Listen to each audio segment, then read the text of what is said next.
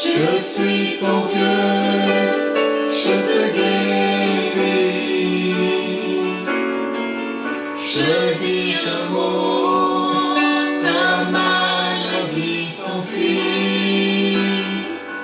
Je suis ton Dieu, je te guéris. Je suis celui qui te guérit. Je suis ton Dieu, je te guéris. Quand je dis un mot, Je dis un mot, et j'ai la puissance sur la maladie. Aucune maladie Je suis ne ton peut Dieu, résister. Alléluia. je te guéris. Je suis celui qui te guérit. C'est la promesse de Dieu pour toi. Je te guéris. Alors là où tu es, crois-le. Et reçois la guérison maintenant. La maladie s'enfuit. Laisse le Seigneur te bénir. Je suis ton Dieu, je te guéris. Seigneur, nous voulons te bénir, te rendre grâce, te remercier, toi qui en ce jour nous permet de prendre rendez-vous avec toi pour vivre ce temps d'enseignement, ce temps de grâce, savoir ton Esprit Saint pour nous guider, pour nous éclairer, pour nous conduire dans la vérité tout entière. Seigneur, viens visiter mon frère et ma soeur qui est connecté. Reçois Viens me la donner guérison, la Seigneur. Tu es révélation. celui qui Pour me que nous guérit. puissions sentir que tu es celui qui nous guérit. Qui te guérit. Tu es mon Dieu, tu me guéris. Oui, tu me guéris par ta parole, tu me guéris par la révélation. Tu me guéris pour que je puisse entrer dans ta vérité. Seigneur, visite-moi et donne-moi la parole qui vient de toi. Visite mon frère et ma soeur qui est à l'antenne, qui me suit, et donne-lui la révélation. Dispose son cœur par la puissance du Saint-Esprit pour que je puisse entrer dans ta guérison. Merci Seigneur, sois béni. Guéris un mot, ma maladie s'enfuit. Alléluia. Tu es mon Dieu, tu me guéris. Tu es celui qui me guérit. Tu es mon Dieu, tu me guéris. Je l'ai un mot, ma maladie s'enfuit. Tu es mon Dieu, tu me guéris. Tu me guéris, Seigneur. Béni sois-tu. Shalom, chers amis, chers frères, chères sœurs, bien-aimés. Nous voici donc à ce rendez-vous de chemin d'espérance, ce rendez-vous de cheminement dans la foi pour découvrir la guérison de Jésus à travers la délivrance, à travers la guérison intérieure dans une marche dans le Saint-Esprit. Et depuis quand même 5 séances, nous sommes en train de vivre un enseignement sur magie et démonologie. Donc vous voyez, nous avons vu l'occultisme doctrinal, nous avons vu les sciences occultes, et nous sommes sur les pièges de l'occultisme. Nous avons déjà vu la musique hard, le rock hard. Nous avons vu le développement du potentiel humain. Nous avons vu la parapsychologie et les phénomènes paranormaux. Alors que nous allons continuer sur la rose-croix que nous avons commencé.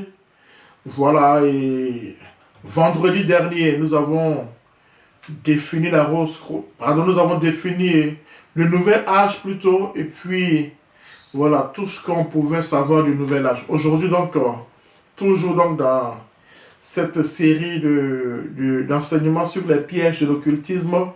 Nous verrons donc le nouvel âge et la foi chrétienne en contraste. Voilà, donc c'est deux voies différentes qui sont pleinement opposées. Et donc nous allons voir les différents points d'opposition entre le nouvel âge et la foi chrétienne. Et si nous avons un peu de temps, nous allons terminer par le dernier piège qu'on appelle donc la rose-croix ou les rose-croix. Alors frères et sœurs, vous savez que le nouvel âge, c'est une religiosité voilà, complexe avec plein de doctrines, plein de courants, plein de cultures, etc. Et donc, il est difficile de séparer les éléments singuliers de cette religiosité. C'est innocent qu'il puisse paraître. Et donc, il est difficile de les séparer de la structure sous-jacente à toute la pensée du mouvement. Et la nature gnostique de ce mouvement nous invite donc à le considérer dans son entier. Et du point de vue de la foi chrétienne, frères et sœurs, il n'est pas possible d'isoler quelques éléments de la religiosité nouvel âge en les considérant acceptables pour certains, puis de rejeter d'autres non. Comme le mouvement nouvel âge donne une grande importance à la communication avec la nature et à la connaissance cosmique d'un bien universel qui nie les contenus révélés de la foi chrétienne, il ne peut pas être considéré comme positif ou inoffensif, non. Dans un contexte culturel marqué par le relativisme religieux, il est nécessaire de mettre en garde face à la tentative de placer la religiosité nouvel âge sur le même niveau que la foi chrétienne, pour faire apparaître la différence entre foi et croyance. Frères et sœurs, ce qui est souvent source de confusion pour les personnes non averties. À cet égard, il est utile de se rappeler l'exhortation de Saint Paul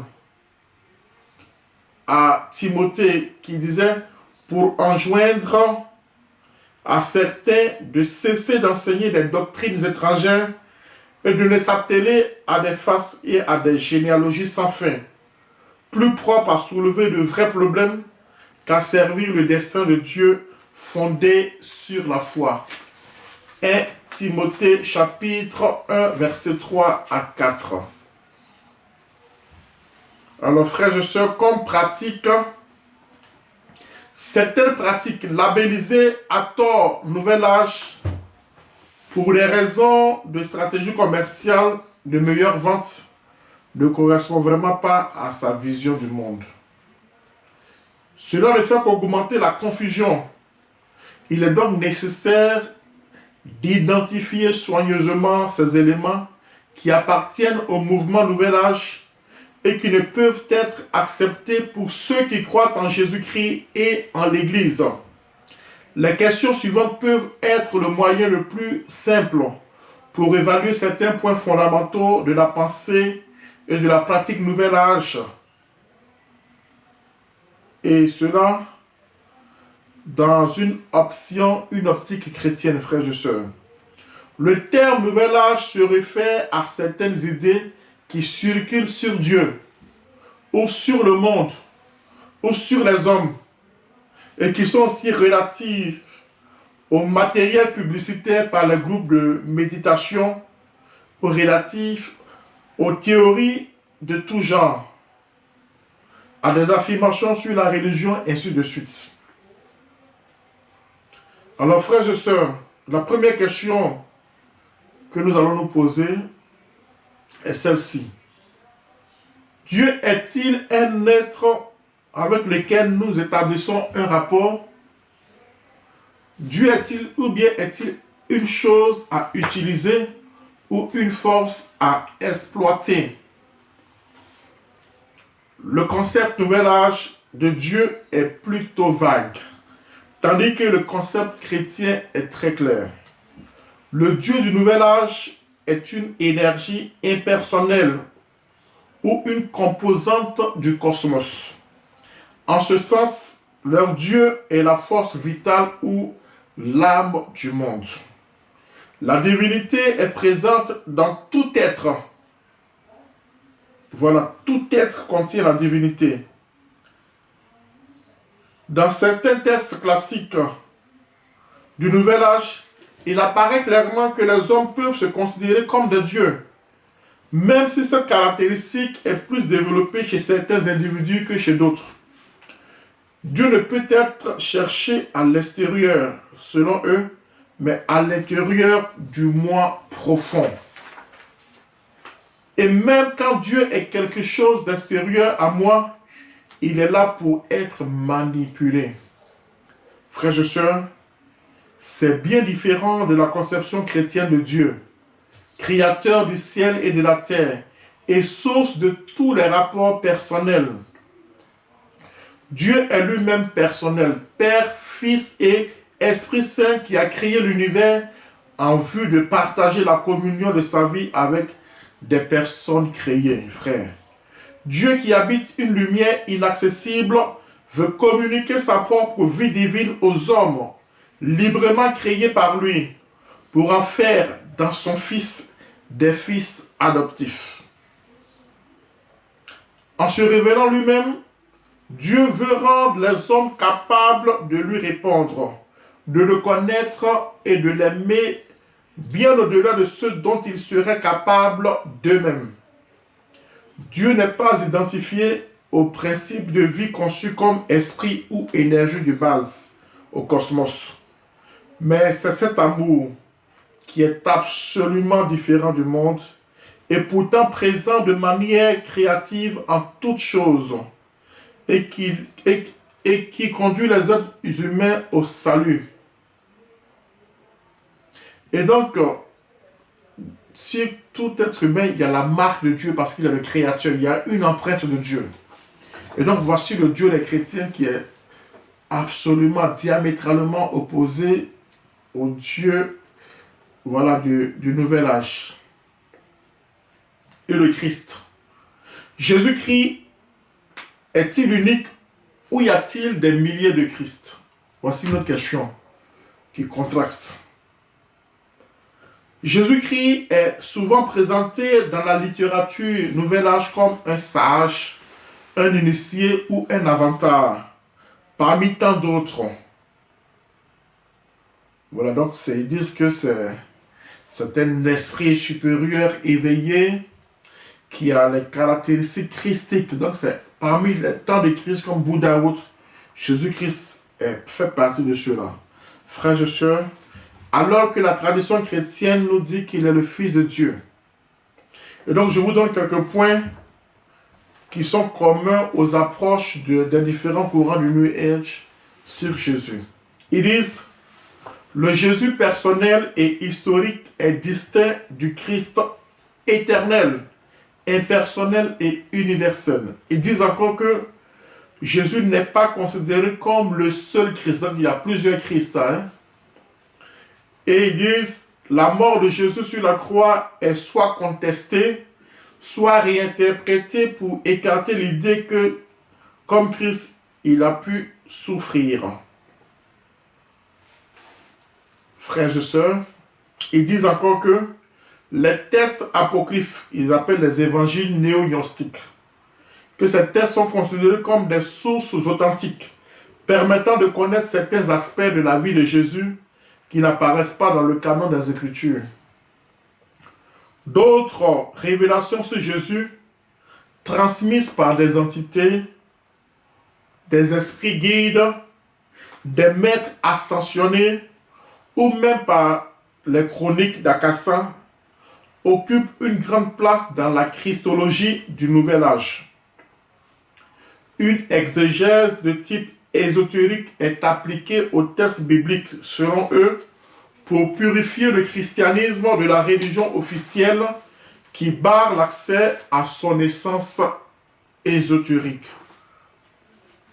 Et donc, frères et sœurs, alors que nous, selon la tradition chrétienne, Jésus-Christ est le fils de Jésus de Nazareth, dont parle l'Évangile. Il est le Jésus de Nazareth.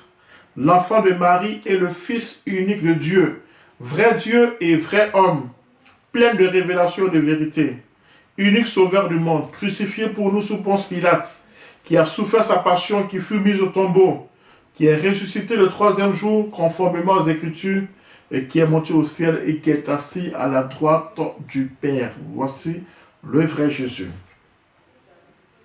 Sur maintenant l'être humain. Y a-t-il un être universel ou de nombreux individus? Le but des techniques Nouvel Âge est de reproduire à volonté les états mystiques, comme s'il s'agissait d'un matériel de laboratoire. Donc, les états mystiques, la renaissance, le biofeedback, l'isolement sensoriel, la respiration holotropique, l'hypnose, les mantras, le jeûne, la privation de sommeil, les méditations transcendantales, etc., sont autant de tentatives pour contrôler ces états et les vivre en permanence. Voici ce à quoi l'être humain est soumis dans cette mouvance du New Age.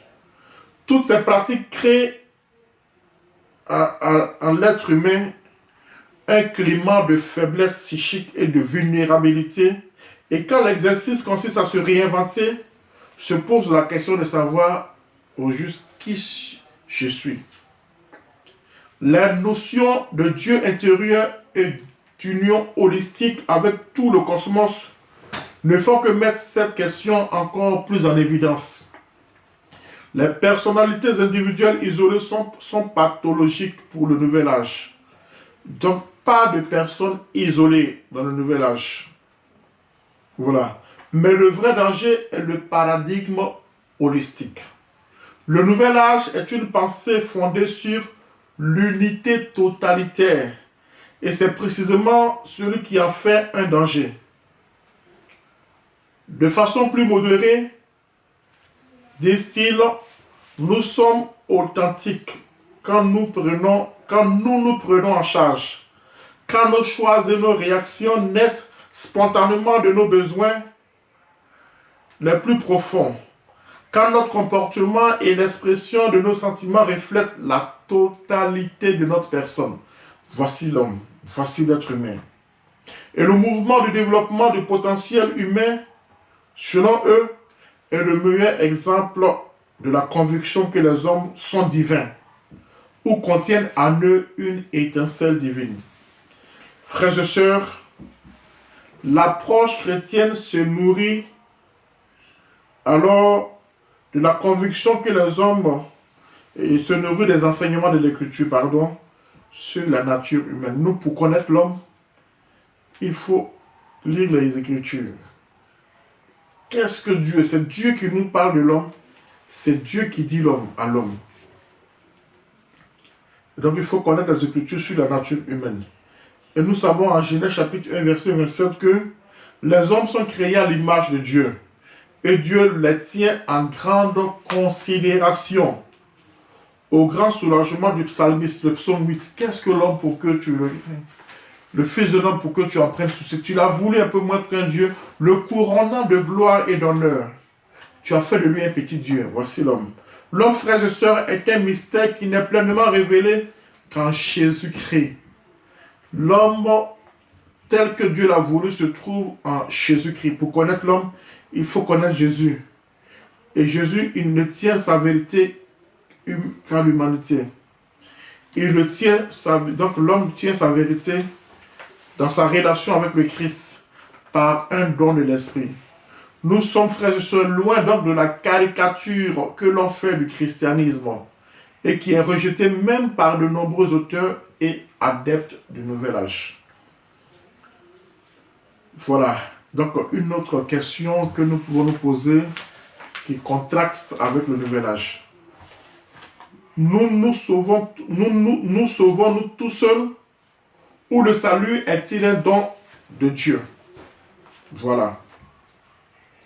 Toute la question, frères et sœurs, est de savoir par quoi ou par qui nous croyons être sauvés. Sommes-nous sauvés par nos actions, comme c'est souvent le cas dans les explications Nouvel Âge, ou sommes-nous sauvés par l'amour de Dieu? Alors le Nouvel Âge, dont les maîtres mots sont autoréalisation et autorédemption, a une intelligence fondamentalement pélagienne et optimiste de la nature humaine. Et ça, c'est très important. Il y a une intelligence fondamentalement pélagienne. En fait, qu'est-ce que le pélagianisme? Le pélagianisme, c'est une doctrine qui a été développée par Pélage, un breton. Un breton, Pélage. Cela, c'est à partir de la deuxième moitié du IVe siècle. Voilà. Et le pélagianisme, qui est une hérésie, insiste sur le libre arbitre de l'homme. C'est-à-dire qu'en fait, l'homme, voilà, le libre arbitre de l'homme. Pour eux, donc, le pélagianisme enseigne que, voilà, il est possible de choisir le bien et de vivre sans péché. Il est possible de suivre le commandement de Dieu en exaltant la primauté et l'efficacité de l'effort personnel dans la pratique de la vertu. Vous voyez, donc voilà. Mais il s'appuie sur ça, c'est un élément fondamental de Nouvel Âge. Donc, en fait, le salut vient de l'homme, quoi. C'est lui qui saute. Donc, il est son auto-rédempteur. Et donc, pour eux, donc, il y a un optimisme voilà, de la nature humaine. Tout est possible par la simple nature humaine. Alors que, frères et sœurs, pour les chrétiens, le salut dépend de la participation à la passion, à la mort et à la résurrection du Christ et du rapport personnel et direct avec Dieu plus qu'une technique quelconque.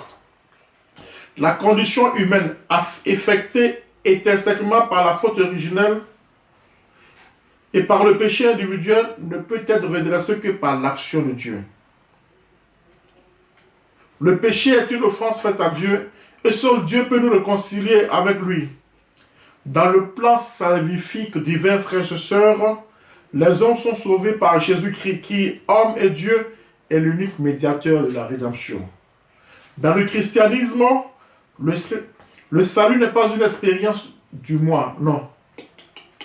C'est une concentration intuitive, méditative sur soi-même, mais le pardon du péché, la libération des profondes ambivalences qui nous habitent et l'apaisement intérieur par le don de la communication, de la communion avec Dieu, avec un Dieu d'amour. Donc c'est cela. Le chemin du salut ne passe pas seulement par une transformation induite de la conscience, non. Mais par une libération du péché et de ses conséquences qui nous invite dès lors à le combattre en nous-mêmes et dans la société où nous vivons. Cela inclut nécessairement la solidarité aimante envers notre prochain dans le besoin. Donc c'est la voie du salut. Nous participons, mais déjà le salut est obtenu par Jésus-Christ lorsque nous entrons dans son mystère d'amour, le salut.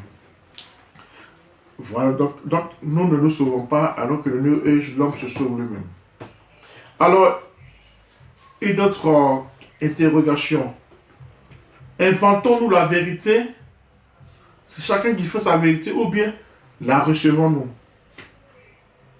La vérité, Nouvel Âge, a trait aux bonnes vibrations, aux correspondances cosmiques, à l'harmonie et l'extase qui sont généralement des expériences agréables. Et donc pour eux, il faut trouver sa propre vérité en fonction du critère bien-être. La vérité est dans le critère bien-être. Les opinions sur la religion et les questions éthiques dépendent naturellement des sentiments et des expériences propres à chacun. Comprenez-vous que donc il n'y a plus de péché. La notion, tout est relatif selon ton expérience. Alors que la doctrine chrétienne présente Jésus-Christ comme le chemin, la vérité et la vie, Jean 14, 6. Et ses disciples sont appelés à ouvrir leur vie tout entière à Jésus-Christ et à ses valeurs. Autrement dit, à un ensemble de conditions objectives qui font partie d'une réalité objective définitivement connaissable par tous. Et Jésus donc est la vérité, il faut le suivre. Ensuite, un autre point d'achoppement, c'est sur la prière et méditation. Ici, c'est très important ici. Nous adressons-nous à nous-mêmes ou à Dieu? Devant la tendance à confondre psychologie et spiritualité, il convient, frères et sœurs, de bien souligner qu'une grande partie des techniques de méditation employées aujourd'hui ne constituent pas une prière. Il faut être clair. Elles sont souvent une bonne préparation à la prière et rien d'autre, même si elles produisent une amélioration de l'humeur ou du bien-être physique. Les expériences qui en découlent sont effectivement intenses, mais rester à ce niveau équivaut à rester seul, à ne pas être encore en présence de l'autre. L'expérience du silence peut nous placer face au vide, au lieu d'être une contemplation silencieuse du bien-aimé. Il est vrai, frères et sœurs, que les techniques d'immersion au fond de notre âme sont en définitive un appel à notre capacité d'approcher le divin ou même de devenir divin. Mais si elles ignorent le fait que Dieu est lui aussi à la recherche du cœur humain, elles ne sont pas encore une prière chrétienne. Parce que la prière chrétienne, c'est un commerce d'amour. C'est-à-dire que c'est voilà, Dieu et l'homme. Mais quand cette expérience est vécue comme une union avec l'énergie universelle, ce rapport trop facile à un Dieu dont la seule fonction est de satisfaire tous nos besoins, mettre en lumière l'égoïsme qui est au cœur du nouvel âge. Les pratiques nouvel âge, frères et sœurs, ne sont pas une vraie prière, puisqu'elles mènent généralement à l'introspection ou fusion avec l'énergie cosmique, surtout. À la différence de la double orientation de la prière chrétienne qui, tout en pratiquant l'introspection, puisqu'il faut entrer en soi pour trouver la vérité de son être et rencontrer Dieu, alors l'introspection et la rencontre avec Dieu. Bien plus, frères et sœurs, au lieu d'être un effort purement humain, le mysticisme chrétien est essentiellement un dialogue qui implique une attitude de conversion, c'est-à-dire un rapprochement de Dieu. C'est un exode du moi vers le tu de Dieu. On parle, voilà. Même quand il est seul et pris dans le secret, le chrétien a conscience de prier toujours en union avec le Christ, dans l'Esprit Saint, en union avec tous les saints pour le bien de l'Église. Voici donc la prière et la méditation. Donc, il y a une grosse différence entre le christianisme et le nouvel âge dans ce domaine. Ils font beaucoup d'exercices de concentration, mais ce n'est pas la prière. Une autre question. Sommes-nous tentés de nier le péché ou acceptons-nous notre existence? Le nouvel âge n'a pas vraiment la notion du péché, je l'avais dit tout à l'heure, mais plutôt celle d'une connaissance imparfaite. Voilà. C'est pour eux, c'est ça, une connaissance imparfaite. Ce qui nous manque, selon eux, c'est l'illumination qui peut être obtenue à l'aide de techniques psychophysiques appropriées. Donc, à ceux qui participent aux activités du nouvel âge, on ne dit pas ce à quoi ils doivent croire, ce qu'ils doivent faire ou ne pas faire.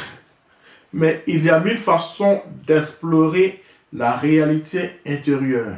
C'est à chacun de fouiller, de choisir. On leur dit, laissez-vous guider par votre intelligence et votre intuition. Laissez-vous guider, c'est tout. Ayez confiance en vous.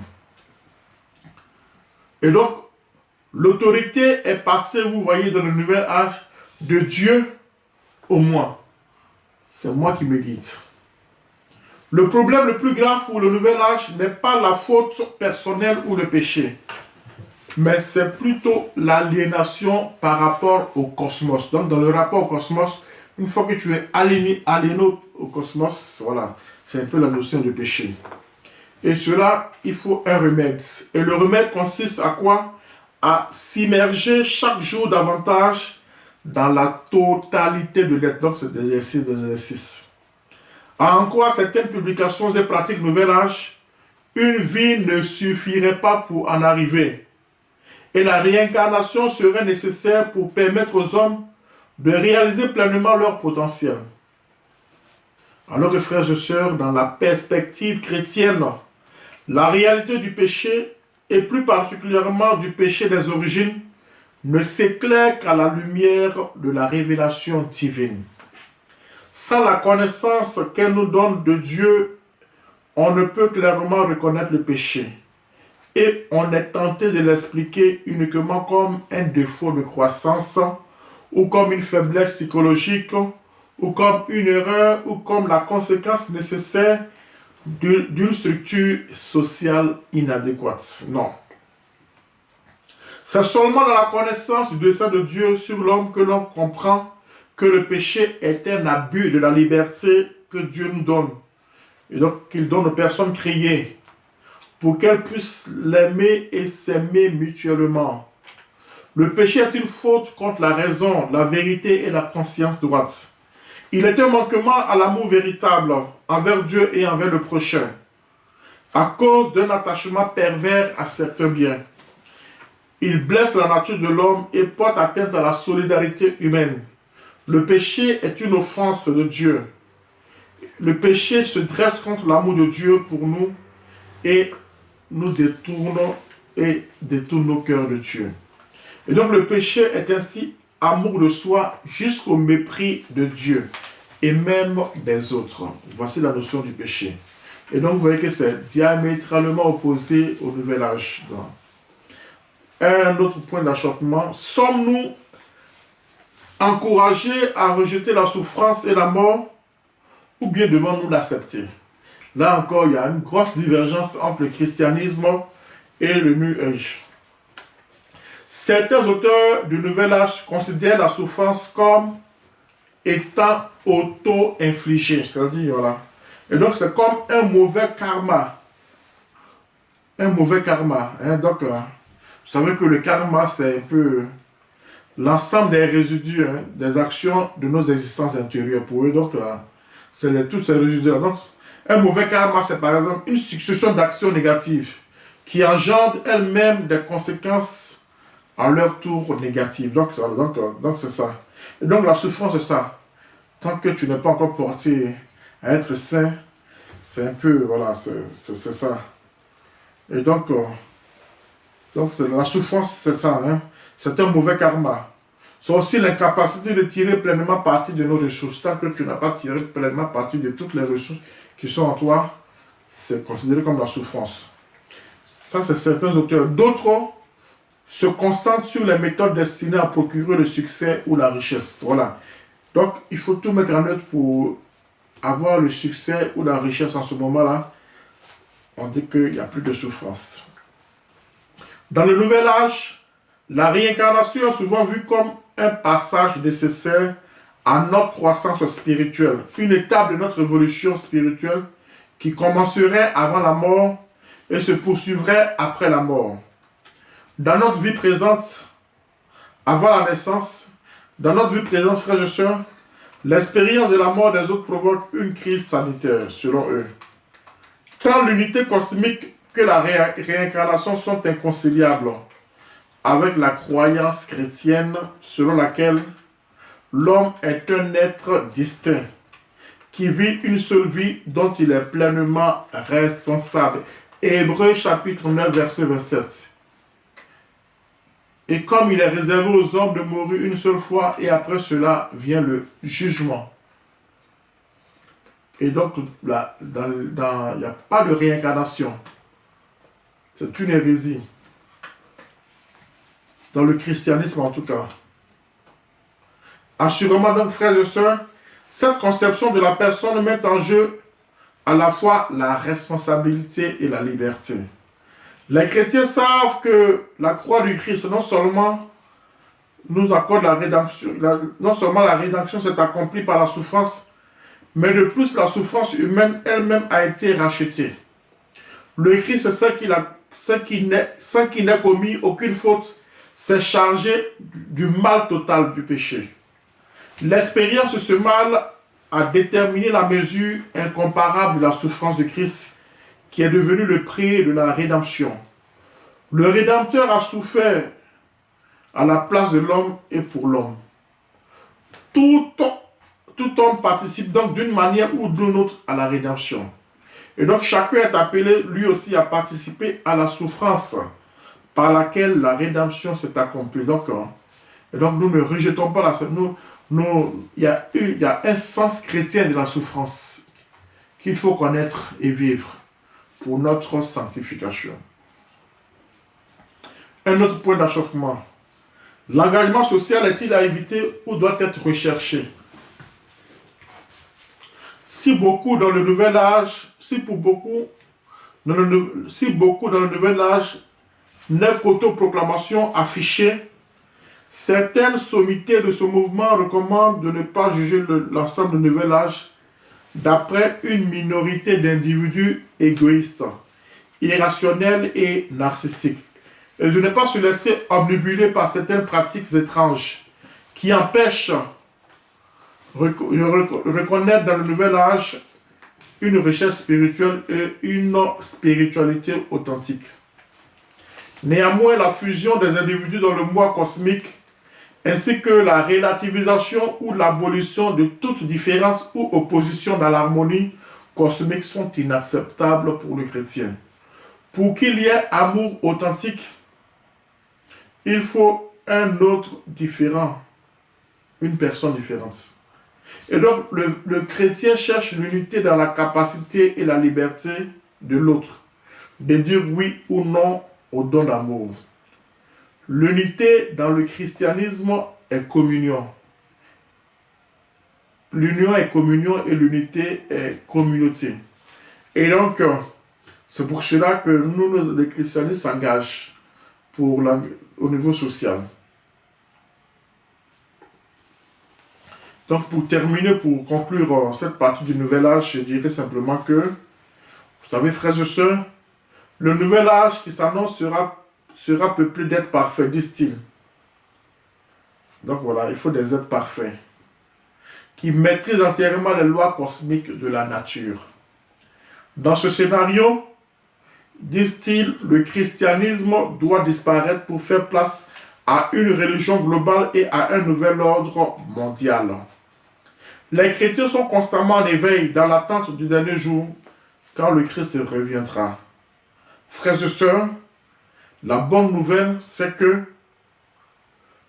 le nouvel âge a commencé il y a 2000 ans avec le Christ, qui n'est nul autre que Jésus-Christ de Nazareth, le Verbe de Dieu fait homme pour le salut de tous.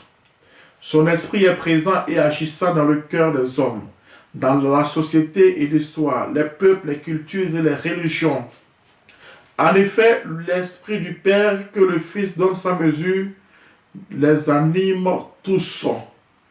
Et donc, nous vivons depuis l'avènement de Christ le nouvel âge. C'est l'ère du Christ, le véritable nouvel âge. Et nous devons accueillir cette heure du Christ, entrer et nous laisser toucher, nous laisser raffermir, nous laisser remodeler par le Christ, laisser l'Esprit de Dieu transformer notre intelligence, entrer dans cette communion profonde avec lui, dans la prière, dans la méditation de sa parole. Alors frères et sœurs, voici donc tous ces contrastes entre le nouvel âge. Donc vraiment, il n'y a rien qui puisse vraiment donner à un chrétien d'envier ce mouvement syncrétiste. Alors, je vais terminer par ce qu'on appelle les rose-croix. Alors, je disais que donc, et les pièges, dans les pièges de l'occultisme, il y a ce qu'on appelle les rose-croix. Et donc, à 5 minutes, je termine en disant quelque chose sur les rose-croix. Alors, les rose-croix sont des groupes occultes occidentaux qui pratiquent l'alchimie, l'astrologie, la théosophie et l'interprétation kabbalistique des Écritures.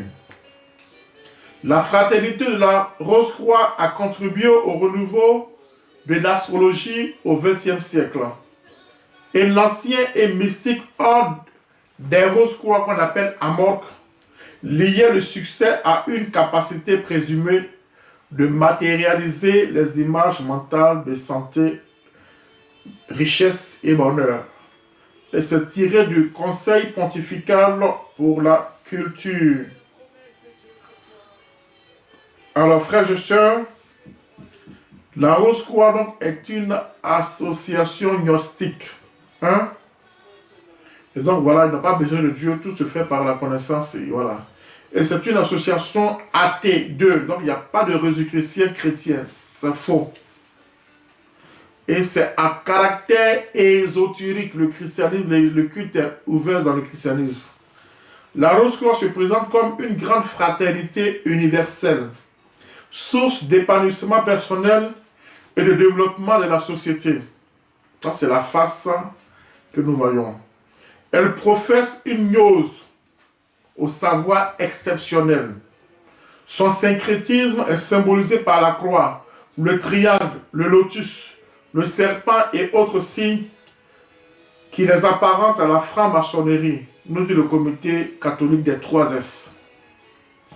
Le processus d'adhésion consiste pour les membres à acquérir une conscience intérieure et cosmique, passant de la raison à l'émotion, qui les conduit à renaître à la vie nouvelle. L'approbation se fait en 3 mois, si tu veux être Jésus-Chrétien. Ensuite, le noviciat en 3 ans. Puis l'initié doit franchir les 12 degrés du temple. Alors la personne atteint la perfection et arrive au cercle des Illuminati, ou Rose-Croix, intégré aux francs-maçons. Et cette montée, frères et sœurs, est dispendieuse. L'adepte doit intégrer la connaissance suprême des mystères du cosmos, les lois et forces secrètes qui régissent l'homme et l'univers. Il acquiert donc un magnétisme personnel. Il opère la guérison des maladies. Il pratique la télépathie, le voyage astral, l'harmonie cosmique, le contact à distance avec les maîtres cosmiques. La méditation est nécessaire pour capter l'énergie cosmique. Et il n'y a rien de commun dans tout cela au christianisme. Alors frères et sœurs, donc voici donc présenté ce gros piège qui, à l'apparence, peut attirer beaucoup de personnes, beaucoup de jeunes, voilà, qui veulent avoir une ascension généralement professionnelle, une ascension, voilà, dans la société, être bien vu, voilà, le succès, mais ce succès-là ne rend pas heureux, frères et sœurs. Et donc, voilà, nous venons de terminer, donc, tout cet ensemble d'enseignements sur, voilà, les pièges de l'occultisme. Et donc, prochainement, je vais parler donc du vendredi prochain. Nous allons voir ce qu'on appelle les thérapies occultes, thérapies en griffe, occultes. C'est-à-dire guérir, mais à quel prix? Et donc nous verrons à tour de rôle le yoga, le tai chi chuan, l'hypnose ou le magnétisme. Les guérisseurs, ils sont très nombreux, nous allons voir les différents guérisseurs. Nous parlerons en long et en large du Reiki qui est aujourd'hui en vogue. Nous parlerons du monde des énergies, il y en a plein comme ça. Et puis la réflexologie. Et je vous dis tout cela déjà que c'est occulte. Après, nous parlerons, quand on aura fini tout ce chapitre qui va prendre 1-2 mois, je ne sais pas, nous parlerons aussi de ce qu'on appelle la médecine douce ou médecine alternative ou médecine parallèle. Et donc nous verrons donc aussi voilà, donc, l'ostéopathie, la sophrologie. Voilà, nous verrons donc beaucoup de médecine. Voilà, l'hypnose, etc. On reviendra sur ça. Et donc, soyez vraiment connectés, invitez vos amis à se connecter nombreux. Nous verrons vendredi le yoga. Aujourd'hui, c'est en vogue, mais qu'est-ce que réellement le yoga? Et qu'est-ce que nous dit le Christ et son Église du yoga? En tout cas, merci d'être connectés. Et donc, merci à tous ceux et celles qui ont commencé à nous soutenir pour que vraiment la mission puisse continuer, pour que nous puissions nous acquérir vraiment des appareils de la pointe pour pouvoir mieux vous transmettre le message de Christ. Merci à vous tous. Et voilà, l'appel est toujours lancé pour que vous puissiez nous soutenir, hein, nous soutenir spirituellement, mais aussi matériellement et financièrement. Il suffit d'aller sur notre site divineamour20.com ou bien de suivre sur les bandes passantes. Hein. Voilà, donc il suffit de cliquer donc, sur l'adresse qu'on vous a donnée. Et puis voilà, vous faites le don en ligne. Que Dieu vous bénisse pour tous vos dons. Et puis sachez que le dimanche 5 juillet, donc là nous sommes heureux de vous inviter à pleinement vivre voilà, en présentiel ou sur les réseaux sociaux l'espace Magnificat que nous organisons une fois par mois et qui aura lieu ce mois de juillet à cause de tout ce que nous savons. Et donc ça sera le dimanche 5 juillet de 15h à 18h. C'est un temps de grâce. Oh, beaucoup de louanges, nous allons danser pour Dieu, chanter, glorifier Dieu, adorer le Seigneur. Un temps puissant d'enseignement et puis un temps aussi d'intercession où nous prions pour tous les cas de figure. Alors nous vous invitons à réserver ce jour-là, dimanche 5 juillet de 15h à 18h, dans l'église de Puget sur Argent 43 boulevard Pasteur. Alors vous pourrez voir toutes les informations sur notre site. En tout cas, soyez bénis. Amen, amen. Que Dieu vous garde. Bonne soirée à tous et à toutes.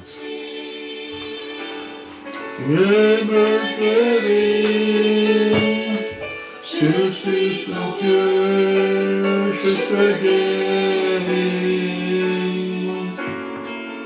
J'ai des amours, ta maladie s'enfuit. Je suis ton Dieu, je te guéris. Je suis celui que te guérit. Je suis ton Dieu, je te guéris. Quand je dis un mot, Je dis un mot, et j'ai la puissance sur la maladie.